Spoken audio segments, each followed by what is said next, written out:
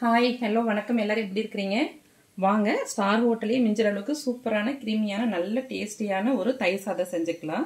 இது வந்து நம்ம பச்சரிசியில தான் செய்ய போறோம். இந்த குழந்தைங்களுக்கு ஸ்கூலுக்கெல்லாம் கொடுத்து வரோம் இல்லையா, லஞ்ச் பாக்ஸ், இல்லை வெளியில ஆஃபீஸ் போனா, இல்லை நம்ம வெளியில எங்கேயாச்சும் ஊருக்கு போறோம், அது மாதிரி 2 வேளைக்கு செஞ்சு எடுத்துக்கணும்னா இது மாதிரி நம்ம செஞ்சு எடுத்துட்டோம்னா புளிக்காம ரொம்ப நல்லா இருக்கும், நல்ல கிரீமியா ரொம்ப நல்லா இருக்கும் இந்த சாப்பாடு.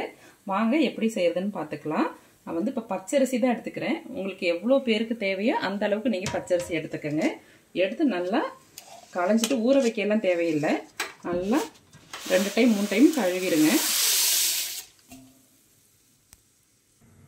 பாருங்கள், நல்லா 2-3 டைம் அரிசி கழுவி எடுத்துக்கிட்டு 1 டம்ளர் அரிசிக்கு 3 டம்ளர் தண்ணி வச்சுருங்க. நீங்கள் எந்த கப்பில் மெஷர் பண்ணுறீங்களோ அரிசியை அந்த கப்பில் 1 டம்ளருக்கு 3 டம்ளர் தண்ணி வச்சு அதில் நம்ம அரிசியை சேர்த்துக்கலாம். அதுக்கு தேவையான அளவுக்கு நம்ம உப்பு சேர்த்துக்கலாம். நம்ம திரும்ப பால் தயிரெல்லாம் சேர்ப்போம், அதனால் உப்பு பார்த்து சேர்த்துங்க. பத்திரட்டையும் கூட நம்ம சேர்த்துக்கலாம். அது கூடவே கொஞ்சமாக நம்ம பெருங்காயம் சேர்த்துக்கலாம். இப்போ கட்டி பெருங்காயம் அப்படின்னா நீங்கள் முன்னாடி இதிலேயே சேர்த்துக்கலாம். பவுடர் பெருங்காயம்னா நீங்கள் கடைசியாக சேர்த்துக்கலாம். இதில் சேர்க்கறதுனால ஒன்றும் பிரச்சனை இல்லை, இதிலே சேர்த்துக்கலாம். இப்போ நம்ம பச்சரிசியில் செய்கிறோம், பாத்திரத்தில் செஞ்சிங்கன்னா இன்னுமே ரொம்ப நல்லாயிருக்கும். இது கொஞ்சம் சீக்கிரமே ரெடி ஆயிரும், அதனால் நம்ம குக்கரில் வைக்கிறோம். இப்போ நல்லா வேகட்டும், ஒரு 3 விசில் வரட்டும். 3 விசில் வந்தது பிறகு நம்ம பார்க்கலாம். நமக்கு சாப்பாடு வெந்துட்டு இருக்கட்டும். அதுக்குள்ளே நம்ம இதுக்கு வந்து சைடிஷ் வந்து வெண்டைக்காய் பொரியல் செஞ்சுக்கலாம். இதுக்கு உருளைக்கிழங்கு பொரியல், கத்திரிக்காய் பொரியல், சேனக்கிழங்கு, வெண்டைக்காய், இது மாதிரி மிளகாத்தூள் போட்டு பொரியல் செய்வோம்ல, அந்த பொரியல் தான் ரொம்ப நல்லாயிருக்கும்.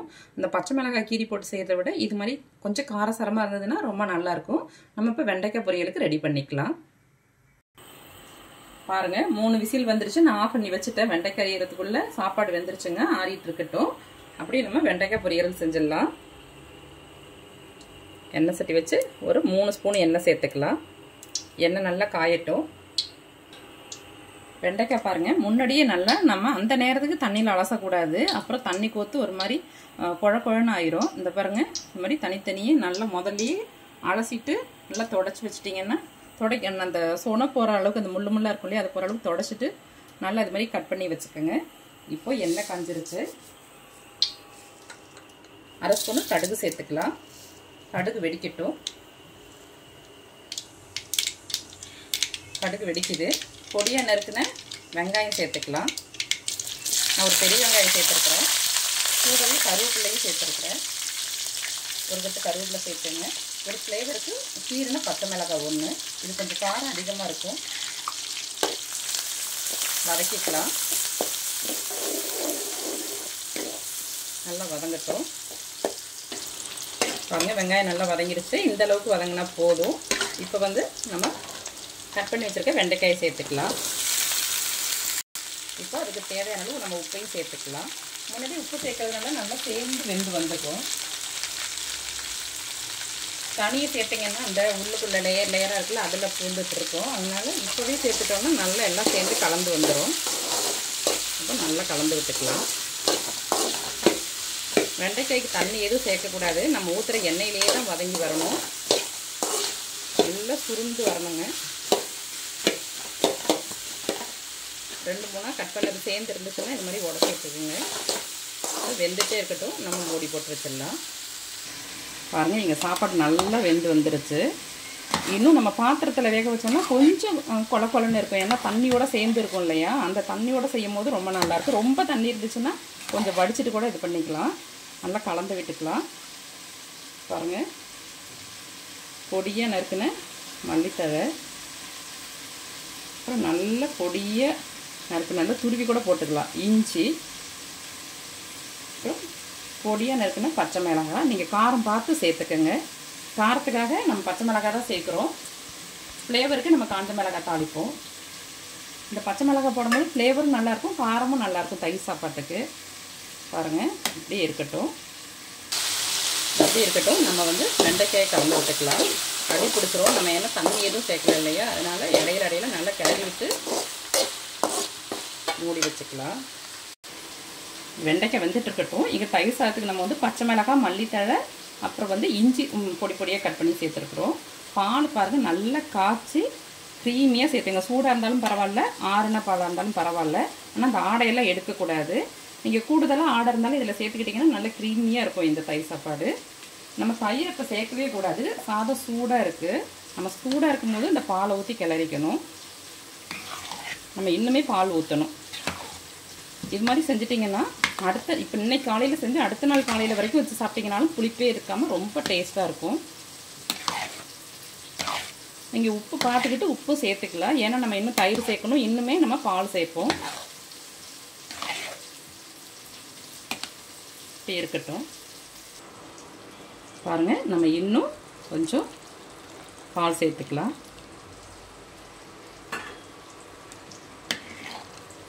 இது வந்து பச்சரிசி வந்து சீக்கிரமாக கெட்டியாயிரும். இப்போ புழுங்கலரிசியாக இருந்ததுன்னா அப்படியே இருக்கும். பச்சரிசி வந்து சீக்கிரமாக கெட்டியாகிறதுனால தான் நம்ம இவ்வளோ பால் சேர்க்குறோம். கொஞ்சம் கொல கொலனே சாப்பாடு வச்சுருக்குறோம். ஆனால் இந்த சாப்பாடு சாப்பிடும்போது ரொம்ப நல்லாயிருக்குங்க. புழுங்கலரிசியில் தயிர் சாதத்தை விட பச்சரிசி தயிர் சாப்பாடு ரொம்ப நல்லாயிருக்கும். கோவில்ல எல்லாம் தருவாங்க இல்லையா, அது மாதிரி.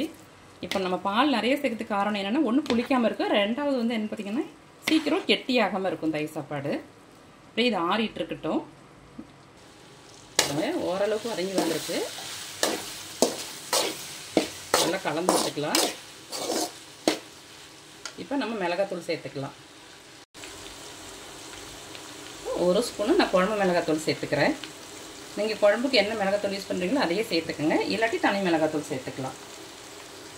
இப்போ கலந்து விட்டுக்கலாம். இது வெண்டைக்காய் வழவழன்னு இருக்கும் இல்லையா, அதோட ஸ்கின்னு, அதனால அது வந்து கொஞ்சம் ஒட்டாத மாதிரி தான் இருக்கும் மசாலா. இது நம்ம முன்னாடியே போட்டுக்கிட்டோம்னா கொஞ்சம் கலந்து சேர்ந்து வந்துக்கும். இப்போ வேகட்டும். நம்ம ஒரு கடாய் வச்சு தயிர் சாப்பாட்டுக்கு தாளிச்சிக்கலாங்க. பாருங்கள், இதுக்கு எண்ணெய் கம்மியாக சேர்த்தா போதும். ஒரு ஸ்பூன் எண்ணெய் சேர்த்துருக்கேன். எண்ணெய் நல்லா காயட்டும். இப்போ சாதம் ஓரளவுக்கு ஆறிடுச்சு. இப்போ நம்ம தயிர் சேர்த்துக்கலாம்.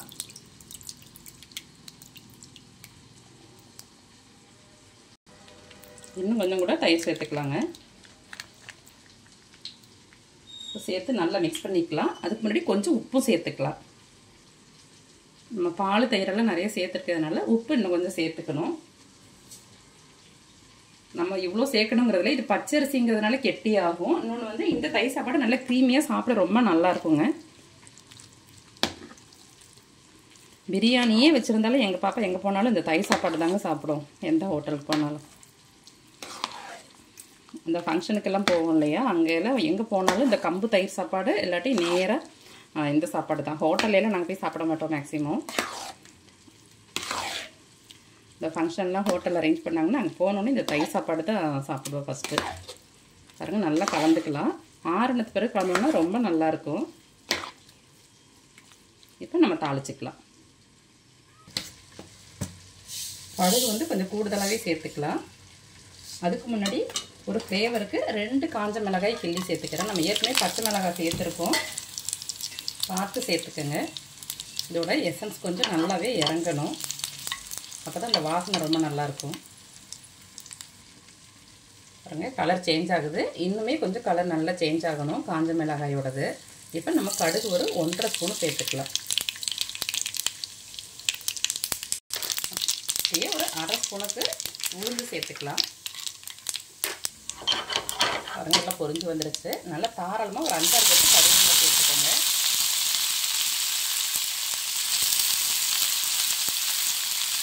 அடுப்பு ஆஃப் பண்ணிடலாம், இல்லாட்டி கருவேப்பிலை கருகிடும். இப்போ நம்ம தயிர் சாப்பாட்டில் சேர்த்துக்கலாம்.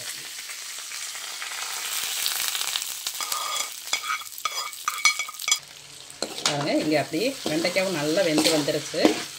உப்பெல்லாம் பார்த்துக்கோங்க. நம்ம ஏற்கனவே உப்பு சேர்த்தாச்சு, பத்தாத்தையும் சேர்த்துக்கோங்க. இப்போ நம்ம தேங்காய் பூ சேர்த்துக்கலாம். நல்லா அரை மூடி தேங்காய் பூ துருவி சேர்த்துக்கலாம்.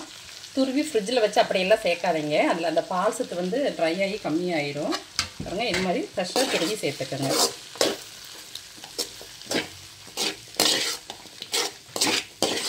நல்லா கலந்துக்கலாம்.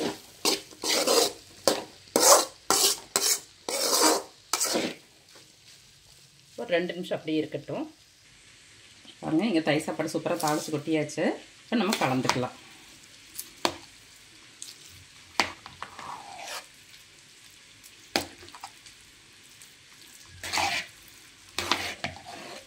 பாருங்கள், பல்லு இல்லாதவங்க குழந்தையிலேருந்து 80 வயசு 100 வயசு வயசானவங்க வரைக்கும் சாப்பிட்லாம். அந்த அளவுக்கு அப்படியே வழுக்கிட்டு போயிடும். மெல்றதுக்கு இதில் எந்த வேலையும் இல்லை. அந்த அளவுக்கு சூப்பராக இருக்கும். இந்த உளுத்தம்பருப்பு அப்படியே நடுவில் இருந்துட்டு க்ரன்ச்சியாக சூப்பராக இருக்கும் டேஸ்ட்டு. நீங்கள் இதில் வேணும்னா ஃப்ரூட்ஸ் எல்லாம் சேர்த்துக்கலாம். மாதுளம்பழம் சேர்த்துக்கலாம், கிரேப்ஸை சேர்த்துக்கலாம், அந்த கருப்பு திராட்சை இருக்குல்ல அதை சேர்த்துக்கலாம். எங்களுக்கு அந்த ஸ்வீட் டேஸ்ட்லாம் இதில் பிடிக்காது, அதனால் நான் இதுவும் சேர்க்கல, நீங்கள் வேணால் சேர்த்துக்கலாம். பாருங்கள், சூப்பராக வெண்டைக்காய் பொரியல் ரெடியாகிடுச்சு. இப்போ நம்ம அடுப்பு ஆஃப் பண்ணிடலாம்.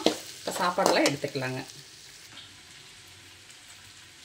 பாருங்கள், இவ்வளோ சூப்பராக க்ரீமியாக நல்லா இந்த பெருங்காய வாசனையெல்லாம் ரொம்ப நல்லாயிருக்கு. நீங்கள் பவுடர் ஃபஸ்ட்டே கட்டி பெருங்காயம் சேர்க்காட்டியும் தாளித்து கொட்டும் போது பவுடர் பெருங்காயம் சேர்த்துக்கோங்க.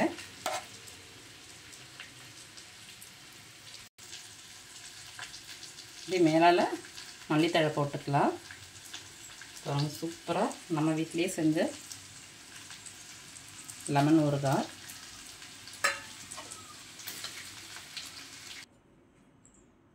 பாருங்க, சூப்பரான வெண்டைக்காய் பொரியல். நீங்களும் இது மாதிரி செஞ்சு சாப்பிட்டு ஆரோக்கியமாக இருங்க. Okay, bye, thank you.